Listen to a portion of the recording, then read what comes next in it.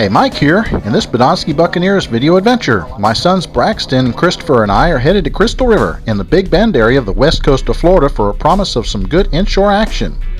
We're staying at one of my favorite places, the newly remodeled Best Western Crystal River Resort located on Kings Bay. After unloading and a quick rest, we hit the water looking for a late afternoon bite. We made a short run to a spot Cookie, my wife, and I previously fished last fall and have dubbed Redfish Point.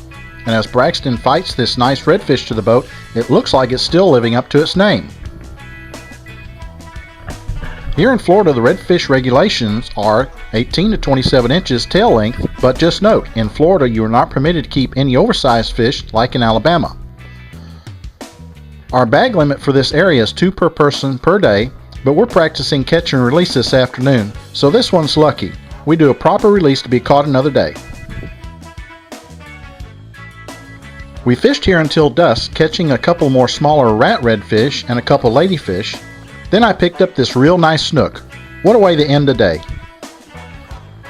Next, we hit it into a delicious dinner next to the resort at Cracker's Restaurant, which has some real nice local cuisine.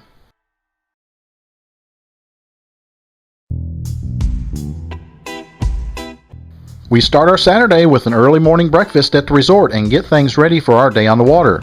By the time we have the boat loaded, our friend and guide Marrio Castillo of Tall Tales Charters has arrived to take the helm, and we're off. So far it's nice and calm in Kings Bay with a little fog. First, a run out to the spoils near the end of the power plant channel. It's a little windy and a little choppy. The only action seems to be the pufferfish, and they're really tearing up our soft plastics. Braxton does manage to hook a small black sea bass, and I put the first keeper fish on the boat, a small flounder. After a while, the tide's changing, it's coming in, and it's time to head for some calmer inshore locations. This is where Marrio's expertise is extremely valuable. With my inexperience here, I would never attempt to navigate my boat in these creeks alone. One error in depth and tide and we could be stuck. He puts us in a nice quiet spot hunting some redfish around the mangroves. We switch from soft plastics to live bait, as they seldom hit artificial baits here. We work along a couple of banks, throwing our baits up against the tree lines. We're having a hard time finding fish, but Marrio manages to land a nice keeper slot-sized redfish. The term slot, as you may have heard in some other fishing shows, refers to the fish's length being between the 18 to 27 inch legal Florida limit. We move to another location, still trying to stay out of the wind, which has definitely picked up. As we ease up on this hole, Marrio sees some redfish holed up in the back along the tall grass, but they're extremely spooky. Despite our quiet approach, we're having a hard time getting them to bite. Chris does a good job of catching this sheep's head, not bad for his first fish today. Sheep's head are usually targeted in the winter and in the spring months when they commonly spawn. They range from coastal creeks to well offshore, commonly being found around dock pilings, rock piles, and reef structure. They are typically caught with a small crab or pieces of shrimp on small hooks. Just a short while later, he hooks this redfish in nearly the same spot. Way to go, Chris!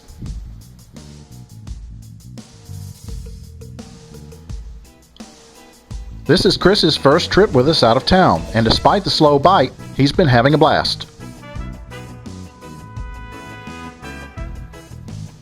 We move to another creek a little further away, still looking for what apparently is the elusive redfish today.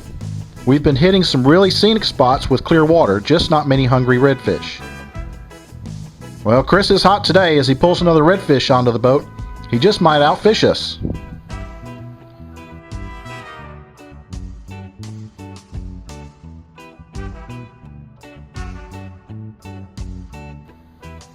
Then a short distance away, Braxton finally puts a keeper redfish on the boat.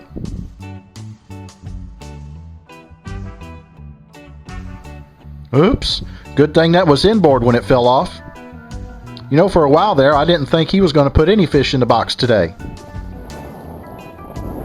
At one last spot, it's my turn to put one in the fish box. Just a reminder, even though we've been keeping a lot of our legal catch today, like yesterday, we also do a lot of inshore catch and release. It's not always about putting fish on the table. Sometimes it's just fun to fight them, letting them go to be caught another day. As our day moves on, we head back out to a couple of areas looking for some speckled trout action. We switch back to using soft plastics. Mario's choice is DOA shadtail. Oh! We hit a few locations, but apparently they got the memo from the redfish on taking a holiday. We got a trout! Even though after culling through a few undersized ones, we do manage to put a few legal-sized trout in the fish box. As Marrio takes care of this fish, let me ask you to stay tuned for another Mike's Tackle Box coming up.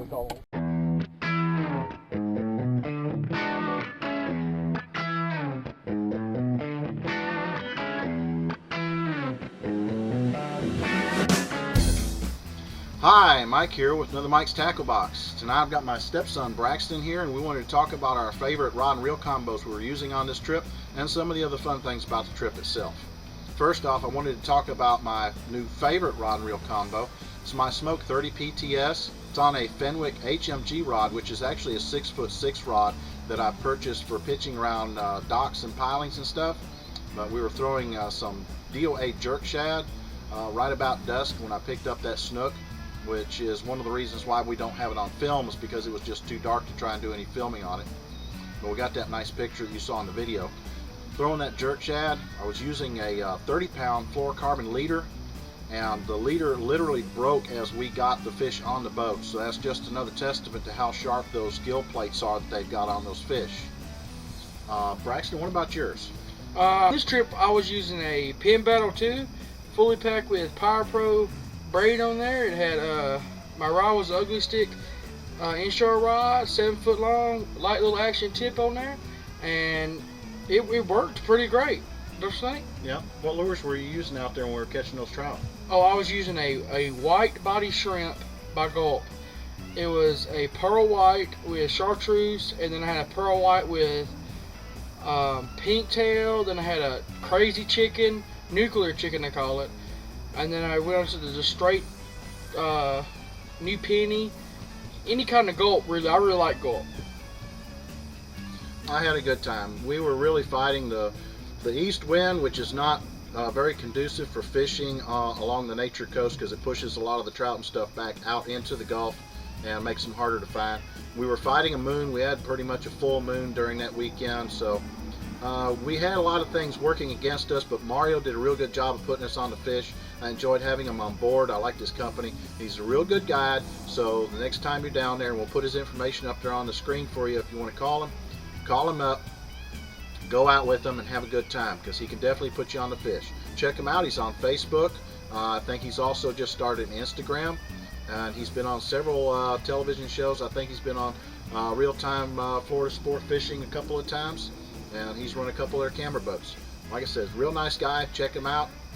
Now, one thing I also wanted to talk about was we've taken our boat down to Crystal River a few times, but I got Marrio to come out on our boat this time because I wanted to get back up in some of those creeks in those areas for those redfish, and I'm not that comfortable because you get up there and they've got real shallow areas, and you get those high falling tides, and you get back up in there and you don't know what you're doing, and you're going to get stuck, and it's going to be a long time before you can get back out.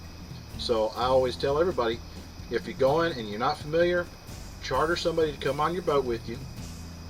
Let them take you out there. They'll show you around. They'll tell you what to do, tell you how to fish, and put you on some fish, and that way you can get familiar with the area before you just go out there and get into some big trouble. That wraps up another Mike's Tackle Box. We hope you enjoyed it. Y'all be safe out there. We had a great time on our Crystal River trip this year and can definitely say we'll be back again. Good fishing with a great guide, comfortable accommodations at the Crystal River Resort, and great food at the conveniently located Crackers Restaurant and Grill right next door. Well, that about wraps up another Badonsky Buccaneers video adventure. Thanks for watching and have a great day.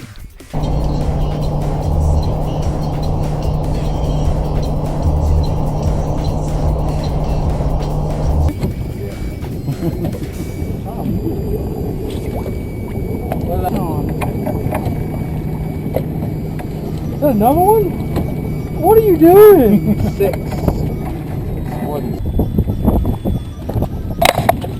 A daggone pinfish? Again. Oh my God. You thought another one. Starting to think you're doing it. To trout bait. Oh. Ah! That was a big one. Hey, Braxton, I have a question.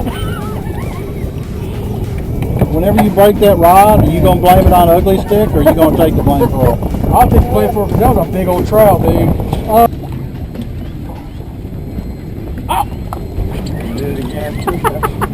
You saw that one, didn't you? Hey, Braxton, That one. I'm definitely going to include that in the blooper reels.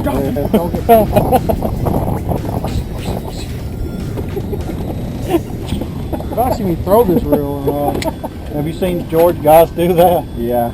I've been on the boat when, actually I ran a camera boat when we come up here in December and did that. George around? Yeah. For real? Who's that? Oh. We did a show here a couple Decembers ago and I ran the camera boat. Yeah. And we didn't make the reels. We ended up hooking about 3.5, 4 pound bass on the canal. And it jumped and it hit the side of his boat and fell off, unhooked, and he fell on the floor.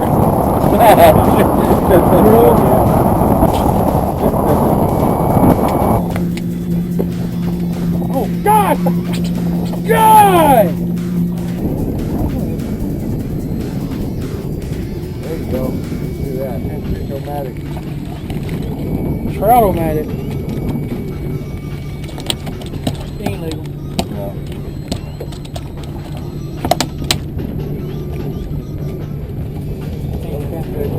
Oh, pinfish-o-matic.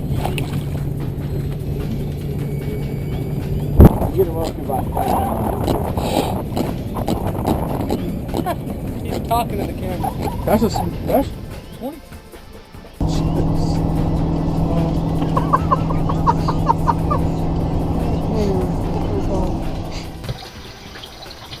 Sure did. Anything else you'd like No, to add? not really. Not really? Not really. You didn't have nearly as much to say as I thought you would. You think it would? God, I gotta put something together out of this. Roll Tide.